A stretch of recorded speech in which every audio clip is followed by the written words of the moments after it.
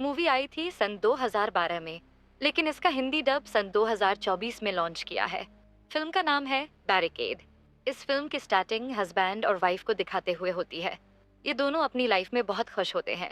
Husband का नाम Feral होता है और वाइफ का नाम राइज होता है। राइज बोलती है, क्रिसमस पर हम अपने बच्चों को इस जगह लेकर जाएंगे जहां मैंने अपना बचपन बिताया था। फेरल राइज की बात मान लेता है। अब सीन कट होके हमें 1 साल बाद का दिखाया जाता है।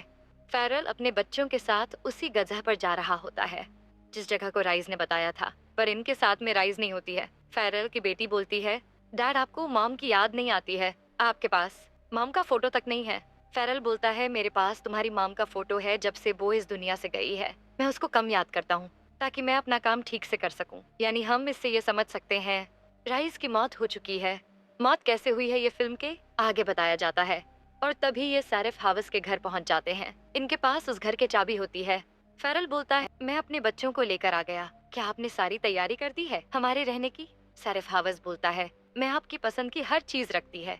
फ्रिज घर के नीचे रखा है। फेरल सैरिफ हावस को शुक्रिया बोलकर यहाँ से निकल जाता है और कुछ देर गाड़ी चलाने के बाद ये सब लोग उस घर पर पहुंच जाते हैं। अंदर जाके फेरल के बच्चे बहुत खुश होते हैं क्योंकि इनकी पसंद की हर चीज रखी होती है। ये जगह एकदम सुनसान होती है। रात को पार्टी करके ये लोग सोने लगते हैं और तभी अचानक से विंडो के सामने एक लड़की आती है। फेरल दरवाजा खुलकर बाहर आता है पर बाहर कोई नहीं होता है और तभी फेरल को ये दोनों बच्चे उठा देते हैं। यानी फेरल सपना देख रहा था, पर फेरल देखता है विंडो पर अभी भी वही निशान है जो सपने में उस लड़की ने बनाए थे। फेरल इस सब पर ध्यान नहीं देता है और अपने बच्चों के साथ बर्फ से खेलने बाहर चला जाता है और तभी हम देखते हैं फेरल का बेटा गायब हो जाता है। फेरल के बेटे का नाम जैक होता है। बहुत ढूंढने के बाद जैक स्टोर गिराज में मिल जाता है। फेरल उससे पूछता है, तुम यहाँ कैसे आए? पर जैक कुछ नहीं बोलता है। जैसी को विंडो के बाहर कुछ दिखाई देता है। इसके बाद फेरल को झाड़ियों के पास एक साया नजर आता है। अब फेरल को इस जगह पर शक होना शुरू हो जाता है, इसलिए वो जल्द से जल्द इस जगह से निकलने की सोचता है और तभी फेरल देखता है उसकी गाड़ी को बर्फ ने ढक लिया है।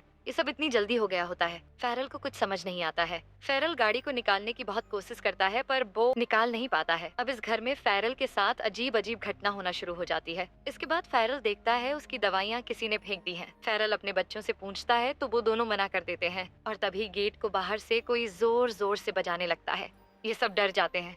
फेरल टेबल लाइट को उठाकर गेट खोलता है तो सामने सैरिफ हावस होते हैं जो फेरल से बोलते हैं, तुम मेरा फोन नहीं उठा रहे थे इसलिए मैं खुद तुम्हें देखने चला आया। क्या सब कुछ ठीक है? और तभी पीछे से कोई सैरिफ हावस को खींच कर ले जाता है। फेरल बहुत डर जाता है और वो सारे गेट और खिड़कियां बंद करने लगता है। इधर इन बच्चों की तबीयत और खराब होने लगती है। अब हमें दिखाया जाता है फेरल की वाइफ की मौत किस तरह से हुई। फेरल की वाइफ का पैर फिसल जाता है और उसका सर एक टेबल से लगता है। सर से खून निकलने के कारण फेरल की वाइफ की मौत हो जाती है। अब कहानी प्रेजेंट में आती है। फेरल के सोते ही वो देखता है उसके बच्चे बिस्तर पर नहीं है। फेरल अपने बच्चों को ढूंढने लगता है और तभी किचन में फेरल की बेटी को दिखाया जाता है जिस किसी आत्मा ने अपने बस में किया होता है। और तभी दूसरी तरफ से जैक के चीखने की आवाज आने लगती है। फेरल दौड़ता हुआ अपने बेटे को बचाने जाता है। फेरल खिड़की से देखा है बाहर कोई किसी को दफना रहा होता है। फेरल वहां पहुंचकर जब उसे गड्ढे से बर्फ को हटाता है तो उसके अंदर से उसकी बेटी की गुड़िया निकलती है। फेरल अब कुछ भी समझ नहीं आ रहा होता है उसके साथ क्या हो रहा है। इसके बाद फेरल दौड़कर घर में जाता है। वो देखता है जैक सामने खड़ा है और वो बोलता है, डैड मुझे गर्मी लग रही है।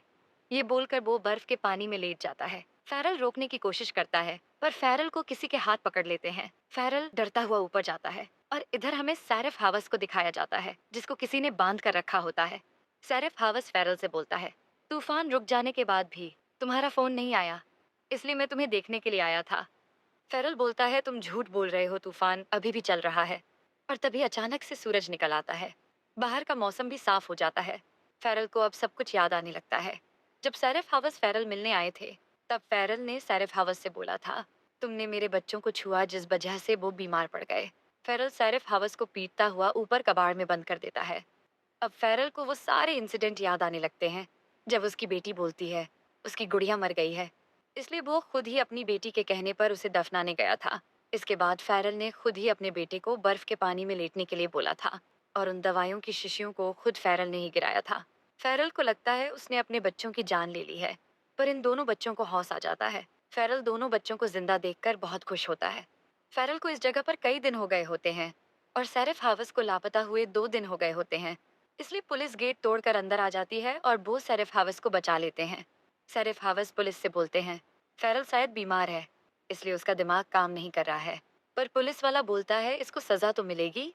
जब ये सब इस घर से जाने लगते हैं, तभी हमें घर के अंदर किसी को दिखाया जाता है जो इन सब को जाते हुए देख रहा होता है। यानी कि फेरल ने जो कुछ भी किया, वो सब कुछ इस आत्मा ने कराया होता है। और दोस्तों, इस मूवी का बस यहीं पर एंड हो जाता है।